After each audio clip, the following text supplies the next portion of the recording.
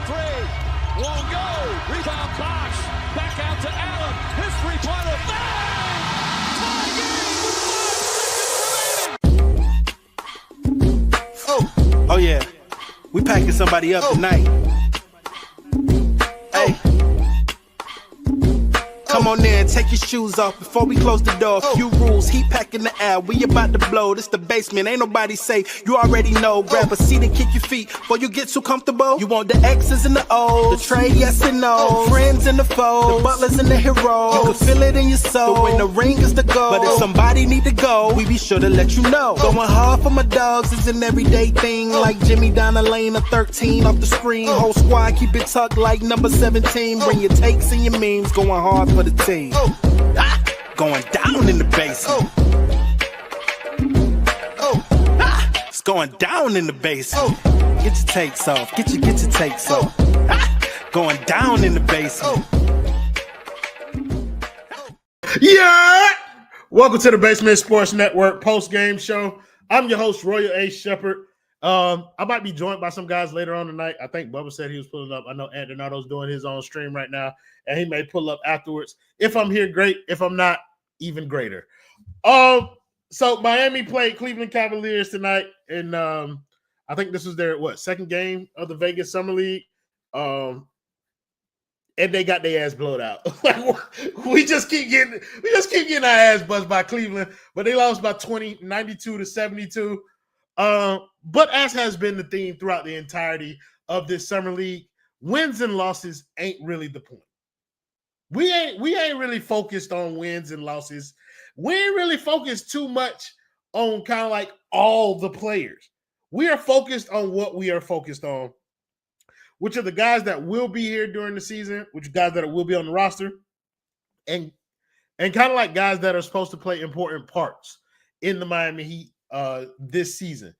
And none of the players on this team represent that more than Kel'el Ware, who has he took a bit of heat in the past couple of days. You know, Spo came out with the comments challenging him with his professionalism. And, you know, a lot of people had complained. Up to this point, Kel'el Ware's effort had not been on par. I don't think anybody has seen really kind of what they wanted to see from him. And they wanted to see how he would respond to Spo calling him out.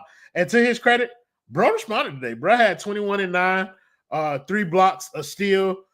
And from the beginning of the game, you could tell that he kind of took some of those comments a little personally, wanted to assert himself. And that's what he did. Bro asserted himself in this game. It wasn't without fault. You know what I mean? Like, it wasn't – the flaws were still the flaws. You still saw times where he wasn't completely setting screens. You saw lapses in effort from time to time. You saw him not boxing out properly, letting easy rebounds get away from him and shit like that. But you saw more effort than you had seen, and it was more akin to kind of the player that gave fans a lot of promise last year. So I ain't gonna kill him too much, bro. I just wanted to see the motherfucker look like he gave a shit, and tonight he did. So shout out to Kel'el Ware, and I think that's important for them. I think Miami needed to see that from him. But I was listening to 5 Reasons, and I think Ethan made a really good point. I don't think he should be awarded the starting job, like just given that job out the gate. I think they have to make him earn it. This effort tonight was cool, but this needs to be a sustained effort from him throughout the course of the season. It's the way that he's going to have the greatest impact on the team going forward. Like, you can't be half-assing out there. You can't be kind of pussyfooting around with the game. And when you're placing guys who are more talented than the guys that you're looking at now in the summer league, it begins to weigh more heavily on the outcome of the season. So shout out to him for coming out here doing his thing. Played 27 minutes, shot 8 for 14, hit 2 threes, got to the foul line a little bit. The 9 rebounds, again, the rebounding is kind of the most important aspect of it for me. When it comes to Kel'el Ware, I don't give a shit about how many points he put up. I don't give a fuck about, you know, him, how his 3-point shot is looking. I don't really care about none of that. I care about his effort on the glass and as a rim protector. I need him to get better in those 2 areas, specifically in the rebounding. Like, he needs to box out. He needs to be stronger with his box outs. I think a lot of times he jumps late on rebounds. So working on his timing in that regard and just being more disciplined on the defensive end of the ball. Like, I think you get the 3 blocks from him, which is bound to happen, but you also see him have those mental lapses where he's out there chasing blocks, and it kind of leads to easy layups.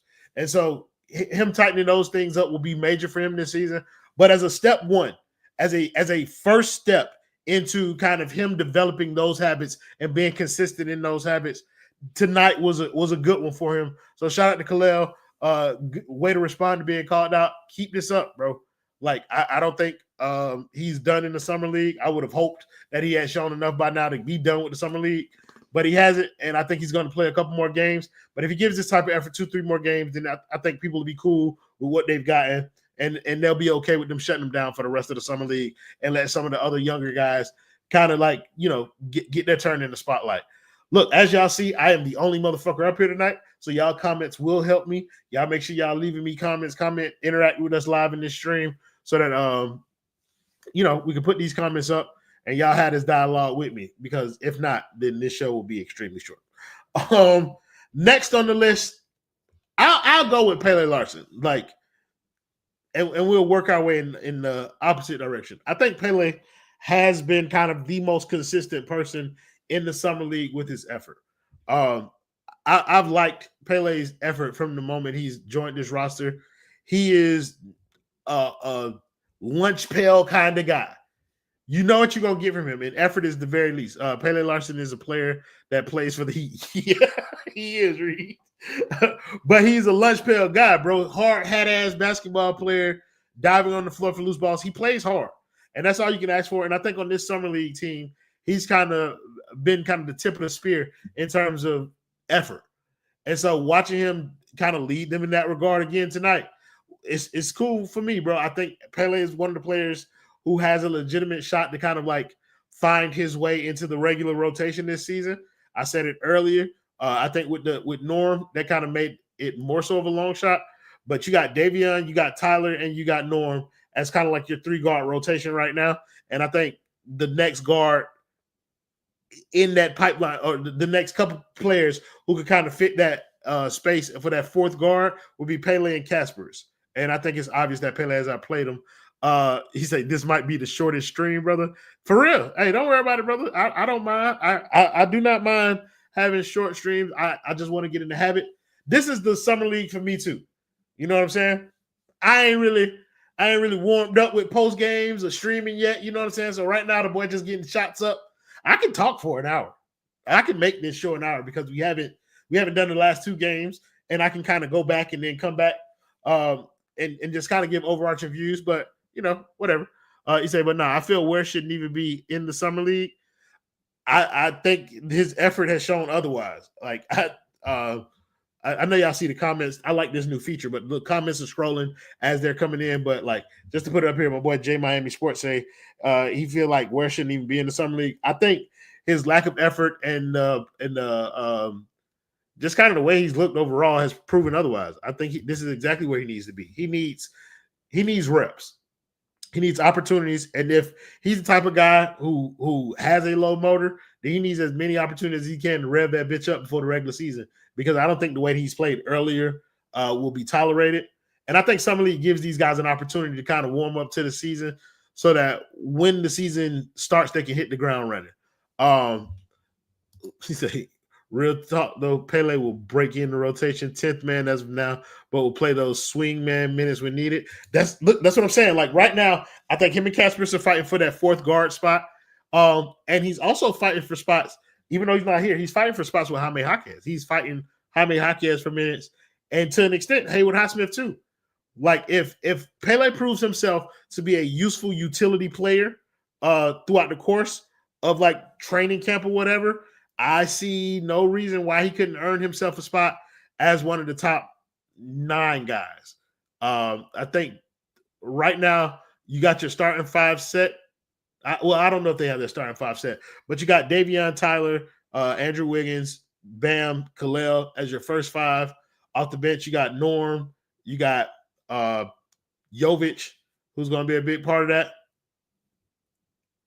And Jaime, I think Jaime is the 8th man as of right now. And then in 9, you got people like Kasparas, Haywood Highsmith, and Pelle fighting for that 9th spot. And I think if I'm being honest right now, I think I got Pelle in the lead for that spot. Like it's an opportunity for him to gain kind of experience playing. And I think he's just played better than Kasparas so far. I think we know what Haywood Highsmith is. And at this point in his Heat tenure, he's more of a breaking case of emergency player. Like if he gives you a floor that they won't sink beneath if shit gets too big. He said, I don't have Haywood over Jaime. No, I don't, because I think Miami needs to see what they have in their young players. And Jaime is still a young guy. And this is kind of like a make or break year for Jaime, whereas like, if we don't see any real kind of like progression in your game, if we don't see any types of, fruits of your work, then they're going to probably heavily consider moving him like really quickly, real quick. So like, I think I got Pelle over Haywood in my rotation, and I got Jaime over both of them. Ladies and gentlemen, y'all know the time. Yeah, real Discord talk here. How we doing? We doing well. Stone, how are you? I saw you up there all by yourself. I had to come say what's up. Hey, brother, you know what I mean? The kid can do the one-on-one game. Absolutely. Yeah. Clear out. Yeah, bro. The boy ISO this bitch. So I was talking about Kel'el and the way that he responded kind of to all the shit that's been surrounding him lately. I thought he responded well. Still saw some of the same lapses, but the effort thing was the most important thing, and I think we got that. Did you see the same thing from Kel'el? Did you see something different? Did you not give a fuck? No, yeah. I mean, well, first and foremost, I didn't give a fuck, but nah, like it was just, it got a little bit blown out of proportion. I feel like, yeah. I mean, like the effort was pitiful, and so like he just had to go out there and show some effort, which he did, and like that's pretty much the end of the story right there. Like it's nothing to really drag on more than that. Like he had this like tag following him through college. That's why he supposedly fell in the draft, and then they sent him out to summer league where he's just being a spectator after being a spectator in first round of the playoffs. And it's like, dude, just like show us you can do something, like hustle a little bit. And I have a feeling they're going to send him home early if he like does this one or two more times. Yeah, I was in the same boat. I was like, you get 1-2 more games where he looks like he gives a shit, they shut it down and get him prepared for training camp in the regular season. Don't want to risk too much injury, but you got to see something out of him. So if he wasn't going to play with any effort, you're going to keep trotting his ass back out there until he does. I moved on to Pelle Larsson, and that's kind of where you jumped into the conversation where I was having like a rotation conversation because Pelle Larsson has been kind of like the steady hand on the summer league team in terms of effort. Again, I was talking about how he's right now my lead candidate for like that fourth guard spot / ninth man in the rotation. Like, and the three guys off the bench I have are Norm Powell, what's his name, Jovic, and I have Jaime Jaquez. Like just because they have to see what they have out of it. So that means I have Jaime over Haywood Highsmith. I have Pelle right after Jaime. Yeah, I mean, I just think back to like last year and kind of where things were at. Yeah. Especially with Haywood Highsmith. I forget who was completely out of, or he was completely out of the rotation. And was it Jimmy Butler going out, or like that drama that put him back into the rotation? Yeah. Or was it someone like? So at first Haywood was starting for a little while, and then Jimmy came back, and then he was completely out of the rotation. Then Jimmy went out, and then Haywood Highsmith was back into the rotation. But it wasn't like some other player that wasn't performing well that Haywood took their like minutes from, like Jovic or someone like that. Jovic was hurt. I know that. Yeah, Jovic got hurt, and so that was another thing. But Jaime Jaquez was another one who minutes Haywood ended up taking. Yeah. So like, I don't know. Do we expect to see something drastically different from Jaime Jaquez this year? Because if not, I see the same thing playing out again. Like they're going to try and give Jaime his opportunity, but like if he goes out there and it's just like not happening, I see Haywood taking those minutes right back from him. So from the way Spo is talking, like it still sounds like he's going to be on that we trying to win shit. Yeah. So yeah, if you're in a situation like that, then yes. But I do think like the showcase and Jaime thing, just to kind of like they got to see what that is. Like they're approaching a moment where they're about to have to pay Jovic, so of course Jovic has to be entrenched in this rotation just to kind of see what's there. But Jaime's in a similar situation. You don't want to get caught with him like that. Like they're determining whether or not he's going to be a throw-in in the package. That should be determined. You said, I think Jaime has to dedicate himself to the mid-range. I don't think there are opportunities for Jaime in the mid-range. I think Jaime needs to dedicate himself to the three-point line. Absolutely. The It's the only place it'll ever happen for him. Tyler Herro, Andrew Wiggins, Bam Adebayo. Now you're adding Norm Powell. Well, Norm Powell more so of a high volume, like 3-point shooter. But yeah, like that mid-range, like he falls so far down on the pecking order of people who should take that shot. It's a 3-point shooting. He has to be able to space the floor for the main guys in order to find minutes, bro. Like it ain't gonna be none of that bull in the China shop shit, bro. Like he's not gonna have offense ran through him. So he can't, he's not gonna have many opportunities like that post game and shit that he got. But yeah, I think Pele is kind of pushing those guys for minutes, and that kind of leads me right to Kasparas, bro. I was just gonna say, you know, it's so fascinating to me. What? All season long, you and I talked about how there was no point guard on the roster of the Miami Heat, and there's still no point guard on the roster of the Miami Heat. Like, all of these guys have like one major flaw that an NBA point guard absolutely cannot have. So I don't know what they're gonna do. It's gonna be Herro and Powell a lot. You see what New said? She says, "Don't how many wars you got right now." But so yeah, like they don't have a point guard, and that's the problem. That's why the Norm Powell move is interesting to a certain extent because it still leaves the door open. Like if he is the starter, like if he's anticipated to being your 1A or 2 scorer, wouldn't that mean that he needs to start? And that means Davion's not the starter. So who's the point guard with the starting lineup? And then that pushes Kasparas further back in the rotation because now if you have Davion off the bench, you don't have you see the conundrum here that you're presenting for people. To me, it just feels like they legitimately view Tyler Herro as a point guard, which I think is just very frustrating. And I don't think so. I mean, how else do you explain when they had Tyler Herro and Duncan Robinson starting next? Like, who was the point guard on those nights? So I think like we need to believe Spo when he talks about positionless basketball. I don't think he believes in positions. I think what it is like they view Tyler Herro as a lead guard. Listen, whoever you are, Mr. Bot. I feel like we've reached a new place in our life when we start getting the bots coming back. That's how we know we popping.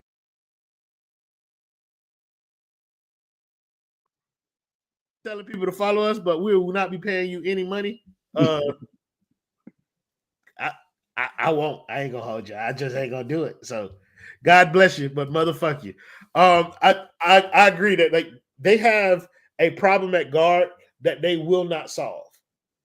And the problem is that they're trying to accommodate Tyler Herro. They view him as a lead guard. What's up, fuck nigga? Get on the post-game show, fuck nigga. Hey, I just want to share this. Hey, string your out of this shit. You can cut niggas microphone. Oh yeah, I can mute niggas mic from like the bottom. That's crazy. Oh, brother, it's about to get viral. I like to look at the comments on the screen here. We'll still put up like super chats and we'll put up regular comments too, the ones that we like, not that one, but we'll still be putting up comments as you know we see fit. But like I like the idea that you guys can now see the chat live on the stream so that y'all can see some of the people that's commenting. Right now, shit ain't popping like it normally is. I just want to put that out there. For those of you, if this is your first time joining us, we appreciate y'all. Make sure y'all hit that like button. Make sure y'all subscribe to the Basement Sports Network on here, on Twitch, at Basement Sports Gaming. If you're watching us on Twitter, follow us on Twitter too. Fuck, nigga. But yeah, let's get back to this point guard conversation. I feel like the one thing that Miami is trying to do is they're trying to fit a round peg into a square hole when it comes to guards. And I think Norm Powell's another in the long list of people that's doing that. But right now, Kasparas isn't solving the problem. No. And it's not that he's not ready now. He's a rookie. I don't expect anything from him this year. I forgot to give that disclaimer that I have to give with every rookie. I have zero expectations for Kasparas this year. I don't expect nothing. Anything that he contributes to the Miami Heat is added bonus. I expect nothing. I have zero expectations for him. I will critique his game if he plays, But I promise y'all, I'm not coming in here telling y'all that he's the point guard of the future. I don't know that yet, and I don't care to think that. He's a Get ready to learn Sioux Falls, buddy. But that's what I feel like this is headed for. Like, this is headed for like a year or two of seasoning, whereas it's going to look a lot like Jovic's development. Exactly. Whereas you're not going to see him take any prominent role on this team until year 3. And who knows what the fucking roster will look like by then. Will we be paying Tyler Herro $60 million? I hope not. Will Andrew Wiggins still be here? Will Norm Powell still like this is the time, like we don't know what that roster would look like. But right now, what are your thoughts on Kasparas, bro? Like I don't know what anybody else is like. I don't really have a pulse on how people feel about him. I'm really just trying to give him some grace. Like, it's not good. I don't have good things to say right now. When you kind of get caught up in this, like, oh, he fell in the draft, all the people thought he was supposed to go, like, you're hoping to see something, like something that stands out, not something like, oh, he made a good pass against, some 27-year-old who's been playing in Romania for the last 5 years and had no idea backdoor cuts could even still happen. Like, I'm not interested in any of that. So, like, it's cool. It's whatever. Like, it's just, even, let's just call it, let's say that, like, the best, like, outcome you could possibly imagine for him. Can you still see it working next to Tyler Herro? Because I can't. But, like, if he reaches all his potential in the world, is he going to be able to play next to Tyler Herro? His greatest potential is Goran Dragic. That's what I'm saying. So, like, and we had Goran Dragic. Exactly. And he couldn't play next to Tyler Herro. That's what I'm saying. Like, and I think the difference, some people have, I guess there's a difference because they see his body type or whatever, and they figure, like, okay, he can hold up defensively in a way that maybe Goran couldn't have. I ain't seen it. I ain't seen no flashes of nothing that would lead me to believe that Kasparas is going to be – I think he'll be a better defender than Tyler Herro. Yeah. But I don't think he'll be as good of a defender as Pelle Larsson. No. And I think Pelle Larsson is a mid defender. Yeah. Like, so that's kind of where it is. Now, the playmaking and shit like that, I feel like that'll get better in time. But I think J Miami Sports hit it on the head. He said he's a 2-year project, which is not what this team needs at this moment. I don't think anybody knows what this team needs at this moment. A point guard. That has been the case for a very long time, Stone. And it seems like they are burning through assets trying to find him, and they have not. You say we bugging, he a future all-star? Haroon, you have been wrong about a lot of things in my comment section. This might be another one. I ain't gonna lie. Hey, Haroon, bro, like, I don't see all-star, brother. Like, I get that one game, the last game he had 24 or some shit like that. That moved a lot of people. Not me. I wasn't like, do it again, bro. They say he's solid. Look, again, I will reserve my right not to pass judgment on him until year 2. He will get scrutinized as everybody else does on here. I'm gonna fry his ass when he sucks. But, like, believe you me, I am making no definitive opinions about Cass. I won't know until I know. And right now, I'm choosing not to know. I'm just gonna let him go out here and take his lumps or whatever, and then we'll see what he is later on. I'll tell you what fuck nigga I'm not giving that grace to. Keshad Johnson, the other KJ on this roster. Get him out of here. Pack that nigga up. Bro, it's over, bro. Man. It's over with. It's over. I seen so many of you hoes begging for Keshad Johnson to get some minutes last year. Antonardo. He nasty. He'll be in here soon enough. He said, you think the better question is why the Heat G League affiliate is in South Dakota of all places? Yeah, who knows? But brother, Pack him, get him up, get him out of here, bro. I don't know why he has a standard contract. Pack I don't light. Know. He said he ain't built for basketball. He should be on the football field. Tight end me, brother.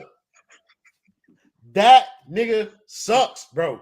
Like it's not, and I get it. People were enamored with the athleticism, because this team for a long time had been lacking like genuine pop in the athleticism department. And cool, if you're looking for a nigga who can jump straight up in the air, Keshad Johnson is your guy. But to be able to apply that athleticism to basketball skill, that brother, it's over with. It's not happening. That shit. Am I tripping, Stone? Did you see something different? Are you a Keshad Johnson guy? No, absolutely not. It's just like, I feel like now he's joining this company of players where the Heat take these guys, put them on the bench for an entire year. Like Keshad Johnson was on the bench an entire year last year. And then they go to Summer League the next year, look terrible, and they're never Heat players ever again. Like, I feel like Omer Yurtseven's in that conversation. Jamal Cain. Yeah, Orlando Robinson. Like, I don't understand what they – like, what's the purpose of all of this? Like, and Drew Smith's next. It's just let Drew Smith get healthy. I mean – Drew Smith older than Keshad Johnson. He's older than Justice Winslow. Is there 2 roster spots open now? I hope so. Listen, I get it, bro. Keshad Johnson signing made sense when niggas really thought Miami was leaning into a youth movement. You can afford to take flyers like that when you're doing youth movement things. But brother, we all know that shit's over with. The minute that they traded for Norman Powell, we knew that they were full of shit. They like this not a youth movement. Keshad Johnson will not play. Now that they done traded Kevin Love, Keshad Johnson will be the last man on the bench. Thank you, fucking God. The one time I'm happy to see you. We're talking about bitch ass Keshad Johnson. No, that's how it's man. We're talking about fucking Keshad Johnson. Defend your man. You know, were you thinking of me when you sent that tweet out earlier? Not to give myself that much credit. And not on the thing that I think about you at any time within my 24-hour days. I assumed not, but now that you mention it, the shoe does fit. For reference, Royal tweeted out that he basically got smoked for any Keshad Johnson fans. He's bookmarking our shit. His gun don't jam. Blah blah blah. Y'all know how that shit goes. And I saw that. I'm like, well, there's not many of us, at least that rep him as publicly as I do. And it's been a rough one. You started this thing by telling me to defend him. I can't do that, at least not at this moment. But here's the thing that I think about Keshad Johnson. He's an elite. He's a very good on-ball defender. Obviously has the tools to do that. He's a very good on-ball defender. How are you going to disagree with that? Because he's not. For someone who gets propped up for athleticism, he does nothing fluidly. I don't understand it. Everything looks so painful. Like he's not the defense is overrated, bro. Like he is not a good on-ball. He's getting fried out here. Do you think he has the potential to be a good on-ball defender then? Can we agree on something? He got about as much potential as Haywood Highsmith got as being. He is sorry Haywood Highsmith that can jump. Sorry, Haywood. Okay, maybe. Here's my thing with Keshad, though. He obviously was guaranteed that standard deal. I think the Heat and myself, I'm not gonna lie, I think they thought he'd be much further along offensively than he is. But kind of where he's at right now is he's worthless in the half court on offense. He's not a good enough shooter, doesn't move without the ball. Gonna stop at worthless. I don't feel like he has a super high IQ on that end. In transition, that's fun. That's Showtime. That's why he's KJ Showtime. But really, was it fun? Was it fun when he barreled into 2 people and got free throws for like airballing goddamn layup? No, but it was fun when he almost made a windmill reverse after the whistle. You're unguarded that he missed. That's what you think, bro. That's when I tweeted it. As soon as he missed that shit, that's when that tweet hit. Yeah, I know they on the broadcast, Richard Jefferson, they were going crazy. I'm like, he should have made that shit. Like, how the fuck should have. But Ant, you are missing his most important statistic, which is the he's over 5 24 years old. Okay, and were you a finished product at 24 years old? I wasn't trying to be in the NBA. Not on my glorious Miami Heat. But did you improve in whatever skill you were trying to improve upon at the time? It didn't require physical attributes. My skill that I was trying to develop at 24 years old was writing. Well, the one thing they did say on the broadcast that I actually did not know is they said that he only started playing ball 6 years ago. And I was like, I can tell. But that also made me be like, At 18? That's what they said. They said 6 years ago. I was shocked by that. I wasn't shocked, but I was surprised at the same time just because I'd never heard that. But it kind of made me be like, well, for someone who's only been playing 6 years, like I could be delusional enough to say maybe there's something. How many years have you been playing basketball at Donato? I mean, probably it's like close to 15 now. Do you think that you should be in the NBA? Yeah. If Keshad Johnson could get in the NBA, that boy could jump. If Javante Smart was getting minutes back in the day, Jabbar Bouvier. Oh, I got to put some respect on his name at this point after that game where I'm not. George is never wrong. He's just early. He don't get no smoke with me no more. No, that nigga's wrong a lot of times. but like most of the time, actually. I don't know. Like, I think he's a good defender. I think that's part of the reason that he gave him that guaranteed contract this year. I think there's something there, but he needs to work on the half court. When is he going to be? Okay, he's 24 right now. Is he going to be in the Miami Heat's rotation this year? I think they expected it, but definitely not at this point. Okay, so he's way not behind schedule. He's not going to be in the rotation this year. He'll be 25 next year, and we'll be trying to crack an NBA rotation. The Miami Heat are known for doing shit like that, but also like he's supposed to be a part of this young pivot thing. Like they're not going to wait around for that, bro. They're not waiting around for this man to learn how to be Haywood Highsmith. What's up, Justin? I mean, So, the 24 is tough. To be real with you, like, here's my opinion on it, though. I hate this nigga, bro. I hate him, bro. He's just pointless. But yeah, bro, like, I really don't want to talk about the rest of these guys on this roster. Like Eric Stevens, cool.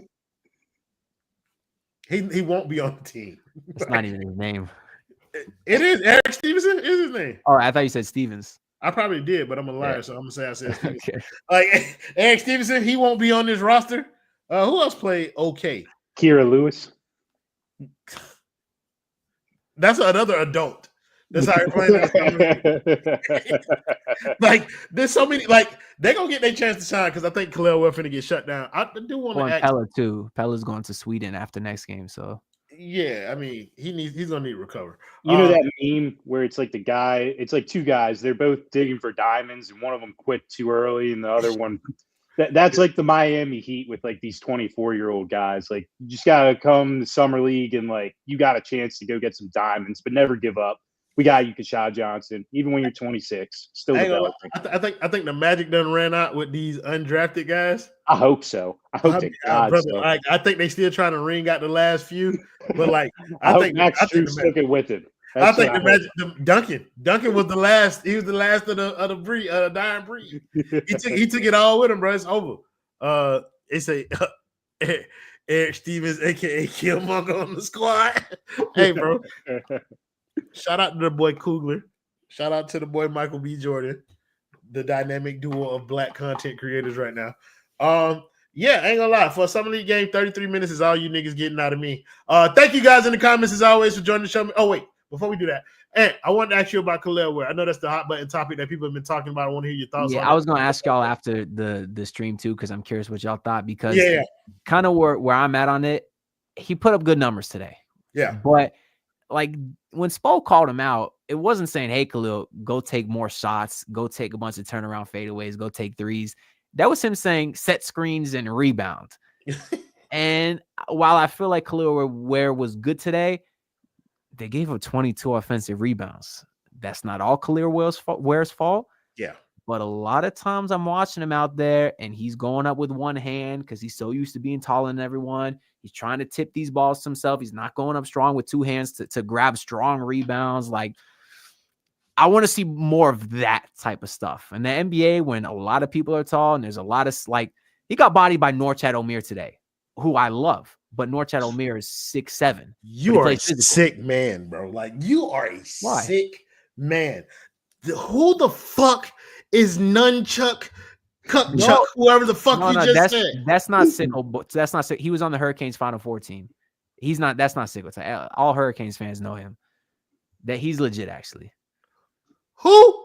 He's not legit, but if you're a Miami Hurricanes basketball he fan, was the you'll know starting. who he is. He dominated on that Final Four team with Jordan Miller and Isaiah Wong. He's actually a name. Or if you're a UH fan and you watched him beat UH, you also remember North Chatham. But well, Stone is a stickler, so I don't watch amateurs play sports. It's all good. Yeah, no, you had a correct reaction, Royal. I thought, all things considered. Well, not for a Hurricanes fan. He's a good player with the Hurricanes. He was a good player for us. He's got to be 27. What, Justin? Tell me to play the video, nigga. No, nigga. Wait. What?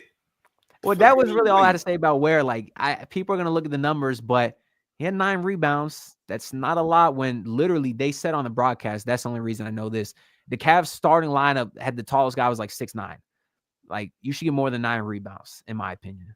I think the rebounding thing, like I was talking about it earlier, the rebounding thing is kind of like my biggest concern with him. It's all the things that you mentioned on top of the fact that he doesn't box out.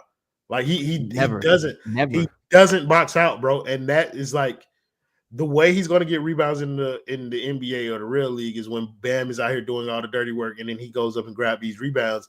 And people are going to say like that makes him a good rebounder. And it's not, bro. He's grabbing Hassan Whiteside rebounds. Yeah. Y'all pay attention, bro. This nigga, it's becoming a more popular thing to say now. But I told y'all last year, this is obedient Hassan Whiteside. Yeah. Like he listened to. I don't love those comparisons people been doing either, though, because Whiteside, his issue to me was not effort. It was him not giving a shit about anyone but himself. Whiteside would have came into Summer League and got 20 points, 20 rebounds, and the team would have lost by 20. Kel'el Ware is not even looking for himself out there. I feel like both of them have their character flaws, but it's not the same character flaw. That's why I didn't like a lot of those comparisons. Yeah, character flaw is one thing, but I'm not talking about their character. I'm talking about their actual skill set and the way that they play basketball.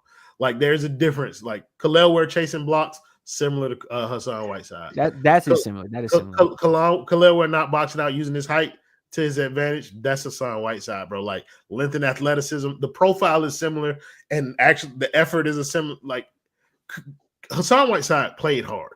Hassan Whiteside just didn't play for everybody. He played for Hassan Whiteside. Kel'el Ware is a player who isn't capable of impacting the game for everybody because he's not playing hard enough to do so. And I think that is going to be an issue. But we got plenty more real post-game shows to do this on. Do you think he could learn boxing out, though? I just think he's not used to boxing. Quit trying to make me talk real basketball while we live on here. We'll talk about this after the show. Justin told me to end the show, and y'all know how he Keshad Johnson for MVP, baby. Get this cracker the fuck out of my. Thank you guys in the comments as always for joining the show, making it much more fun than it would have been without you. Appreciate my boy Stone for pulling up. Appreciate Ant for pulling up, and of course Justin in the back on the ones and twos. I don't know if we're gonna do the next game. We might not. Y'all are fine. Can I say one quick thing about Kel'el Ware? Sure. And then so it's just what's really incredible to me is not only just watch him getting boxed. Oh man. Real quick, the rebounds he gets, he's usually way out of position. Just crazy bounce, and he gets the ball. Thank you. Go ahead, Justin. Stone Cold, Royal O, Heating